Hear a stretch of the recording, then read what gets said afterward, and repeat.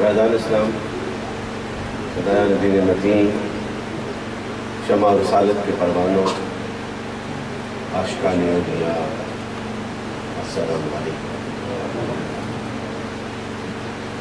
تمام حمد و ثنا، تمام عبادات اس ذات کے نام جو اس کائنات کے ذرے سے لے کے عرش کی جنتیوں تک کا شے کا خالق ہے، جو رحمان ہے، جو رحیم ہے، جو غفور ہے، جو کریم ہے۔ ہم اسی کے آگے سجدہ ریزی کرتے ہیں اور اسی کی طرف لوٹتے ہیں۔ درود و سلام بے حد لا محدود اس ذات کے نام جو وجہ تخلیق کائنات، جو وجہ پاسبان آدمیت ہے، جو آواز رحمانیت ہے، جو نور الہی۔ آج کی یہ خوبصورت محفل میلاد مصطفیٰ کریم صلی اللہ علیہ وسلم اس دور دراز علاقہ میں جن جذبوں کے ساتھ اس کا انعقاد کیا گیا اور جن محبتوں کے ساتھ چھوٹوں سے لے کے بڑوں تک بزرگ بھی محبتوں کے ساتھ بیٹھے ہیں، اور میں دیکھ رہا ہوں کہ کافی وقت سے ہم بیٹھے ہیں اور ہر وقت میں جو بھی آیا جس انداز سے میرے سرکار کی بارگاہ میں اپنی خوبصورت آوازوں کے ساتھ سرکار کی مدح سرائی کی، میں ان کو سلام پیش کرتا ہوں۔ حضرت علامہ بہت خوبصورت انداز سے، ان کا آواز بھی بڑا خوبصورت ہے اور انہوں نے بڑے خوبصورت اشعار بھی پڑھے۔ میرے دوستوں، یہ اشعار پڑھنا جو ہے حضور کی بارگاہ میں شرف قبولیت ہے، اور انہوں نے بڑے فکری انداز میں پیغام دیا۔ کیونکہ وقت نہیں، میں نہیں چاہتا کہ اب میں بیان کروں، میں تھوڑا سا پابند بھی ہوں وقت کا بہت۔ یہ علامہ سلطان صاحب کی یہ محبت مجھے لے کے آئی ہے یہاں پہ، اور میں کوشش کرتا ہوں کہ ہر جگہ پہ بر وقت جاؤں، اس لیے رات کو میں ٹھہرا مظفرآباد میں کہ میں ٹائم پہ یہاں پہنچوں۔ اور مجھے بڑی خوشی ہوئی کہ جس ساتھی نے بھی تقریر کی ہے، کوئی میسیج دیا، وہ بے شک آواز بھی خوبصورت ہے، لیکن اس کے اندر جو پیغام ہے وہ فکری پیغام ہے۔ سب ان سے پہلے چکار کے جو خطیب ہیں حضرت علامہ صاحب نے، نقشبندی صاحب نے بڑی خوبصورت انداز کے ساتھ حضور کے معجزات سے لے کے حضور کی سیرت پاک اور میلاد مصطفیٰ کے وسلم کی عظمتوں کو اجاگر کیا۔ اللہ تعالیٰ ان کے علم میں، فکر میں اور ترقی عطا فرمائے، اور آخر میں مختصر سے ٹائم میں توحید کے حوالے سے اور توحید کی پہچان جو ہے وہ نبی رحمت کی غلامی کے صدقے سے حاصل ہے، اور بڑے خوبصورت انداز میں انہوں نے بیان کیا۔ میں بھی یہ چاہتا ہوں کہ ہمارے یہاں آنے کا مقصد، آپ سے ملنے کا مقصد اور حضرت علامہ سلطان صاحب کی دعوت میں یہاں شامل ہونے کا مقصد صرف ایک ہی ہے، اور رب کی رضا ہے اور مصطفیٰ کریم کی وفا۔ اور جہاں رب کی رضا مل جائے اور آقا مدنی تاجدار کی وفا مل جائے، میرا ایمان یہ کہتا ہے وہ دم سراپا رحمتوں والے وہ سراپا برکات والے بن جاتے ہیں۔ چاہے وہ چکار کی سرزمین ہو، چاہے وہ مظفرآباد کی سرزمین ہو، چاہے وہ اسلام آباد ہو، چاہے وہ امریکہ کی سرزمین ہو، جہاں بھی میرے رب کی رضا ہوتی ہے اور مصطفیٰ کریم کی وفا ہوتی ہے، وہ لمحے سراپا رحمتوں والے۔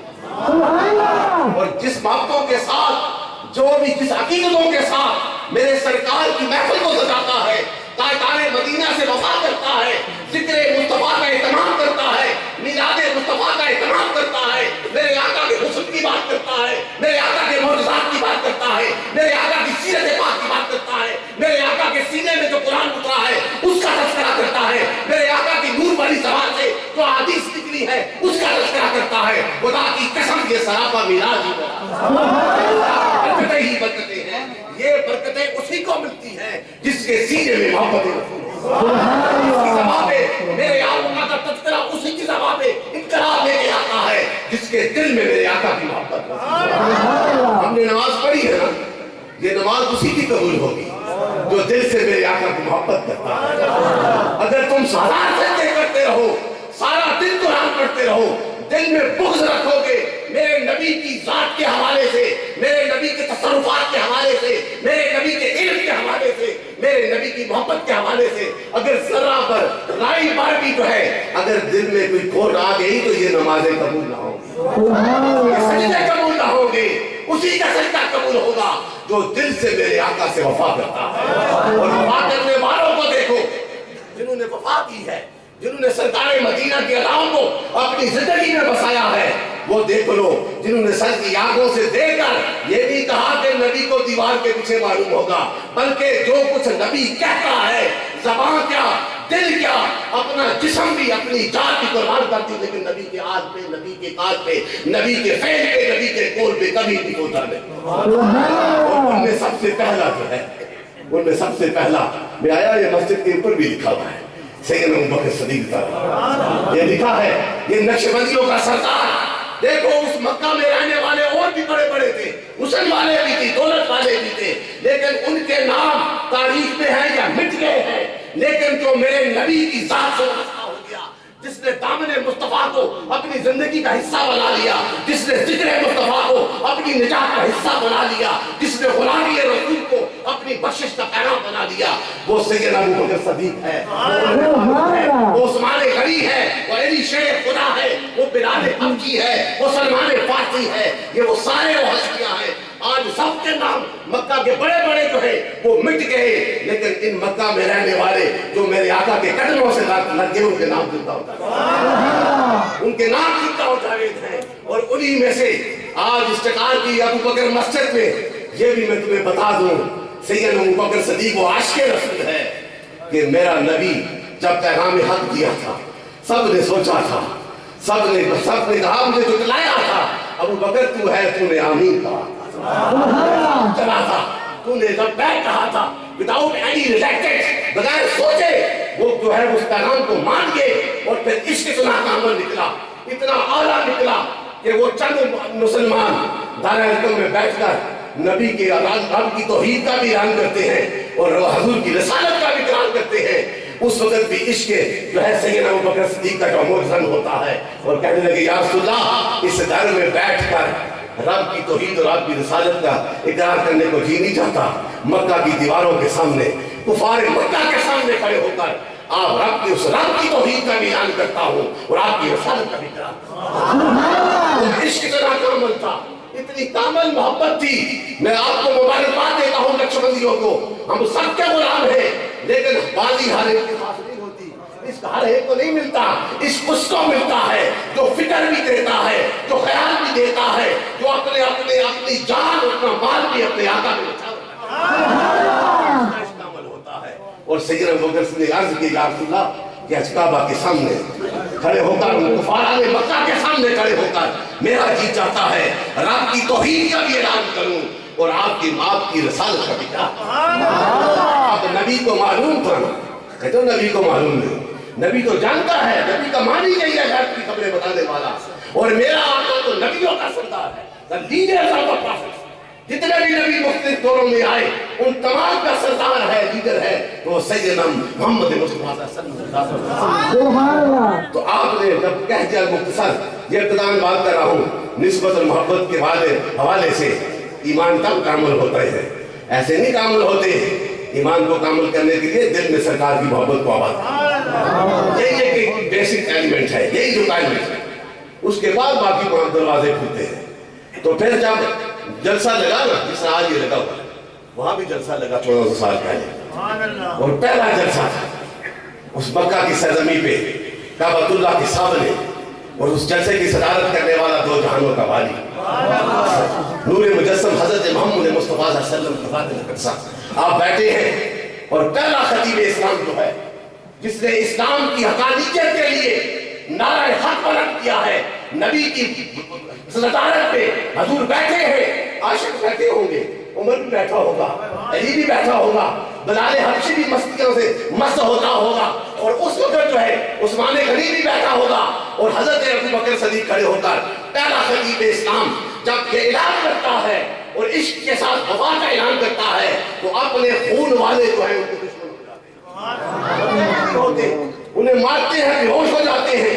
اب بے ہوش ہو کے گھر میں آئے, اور عرب ٹرائب کا تو یہ طریقہ ہے کہ ہم بدلا لیتے ہیں, لیکن میں قربان جاؤں, میں یہاں پہ بھی ختم کرتا ہوں, آگے دوسرے حوالے دوں گا, لیکن یہ محبت ہوگی تو ایمان کامل ہوگا.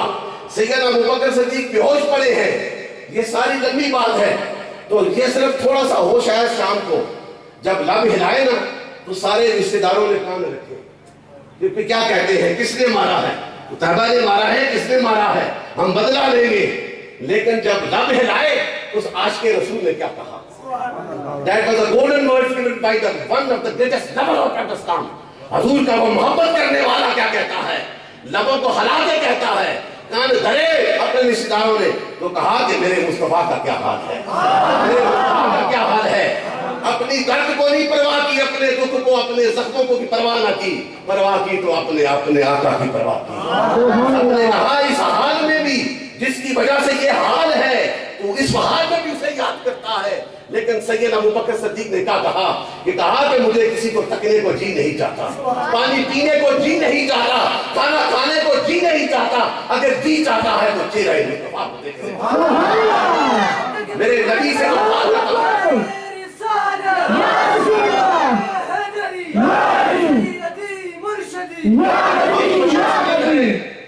یہ اہل سنت ہم خوش قسمت ہیں, ہمارے عقیدے وہ ہے جو سیدنا ابوبکر صدیق کا عقیدہ ہے. ہم صحابہ کے عقیدوں میں چلنے والے, ہم تمام صحابہ سے پیار کرنے والے اور ان کی عظمتوں کو سلام کرتے ہیں. لیکن فضیلتوں کے لحاظ سے ہر ایک کا مقام ہے اور ان فضیلتوں میں سب سے اعلیٰ ہے تو ابوبکر سیدنا. ہمارا یہ عقیدہ ہے. اور یہ دیکھو اس نبی کے ہم غلام جس کی خاطر کائنات کو سجایا گیا. کائنات کے بہارے ہیں تو supremacy of the prophets among the humanity in all aspects of the life. یہ کہنے والے چند کتابوں پڑھنے والوں کو یہ میں پیغام دیتا ہوں کہ میرے نبی کی سپرمیسی, یہ دیکھو نبی کی سپرمیسی عام آدمی سے اعلیٰ ہوتی ہے, عام بندے سے اعلیٰ ہو جاتا ہے. جب وہ نبی بن جاتا ہے تو پھر وہ عام نہیں رہتا, وہ اعلیٰ ہو جاتا ہے. جو نبیوں کا سردار ہے اس کے لیے رب کیا کہتا ہے, وَمَا صَلَّكَ إِلَّا رَحْمَةُ الْعَالَمِينَ, the merciful whole universe. ہر زمانے کے لیے اگر رحمت کسی کو ملے گی تو وہ صدقہ کارگار مدینہ کی رحمت.